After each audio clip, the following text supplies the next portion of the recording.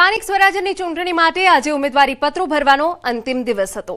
ભાજપ, કોંગ્રેસ સહિત અન્ય રાજકીય પક્ષો અને અપક્ષ ઉમેદવારોએ મોટી સંખ્યામાં દાવેદારી નોંધાવી।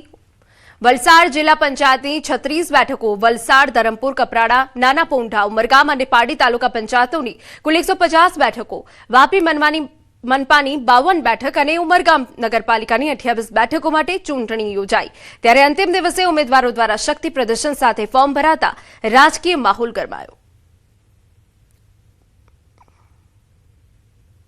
એટલે બધી જ બેઠકો પર અમે ઉમેદવાર રાખીને એવી લડત આપશું। આ વખતે ભાજપને આ વખતે તમે ધ્યાન રાખજો કે જે રિઝલ્ટ આવવાનું છે 24 તારીખે વોટિંગ કરીને 28 તારીખે રિઝલ્ટ આવવાનું છે એ રિઝલ્ટમાં કોંગ્રેસ સત્તા પર આવશે। હું ચોક્કસપણે સમજી શકું છું અને જાણું કરું છું અને મને વિશ્વાસ છે।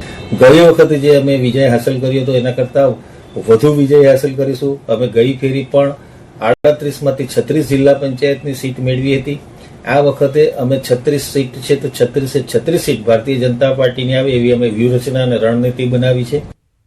ભરૂચ શહેરમાં નગરપાલિકા ચૂંટણીને લઈ રાજકીય માહોલ ગરમાયો છે, જ્યાં ભાજપ અને કોંગ્રેસ બંને પક્ષોએ ઉમેદવારો જાહેર કરતા ચકચાર મચી છે।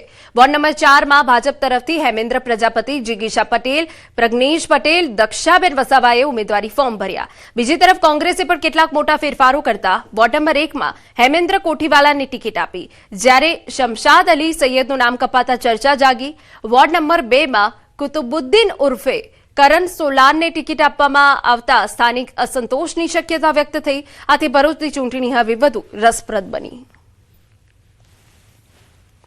પાર્ટીએ મને આ તમામ હોદ્દાઓ પર વર્ષોથી કામગીરી કરવાનો મોકો આપ્યો। એની સાથે સાથે આવનારા દિવસોમાં પણ જો પાર્ટી, કોંગ્રેસ પાર્ટી જે કંઈ પણ આદેશ આપશે એ આદેશનું પાલન કરીને હું કામગીરી કરીશ।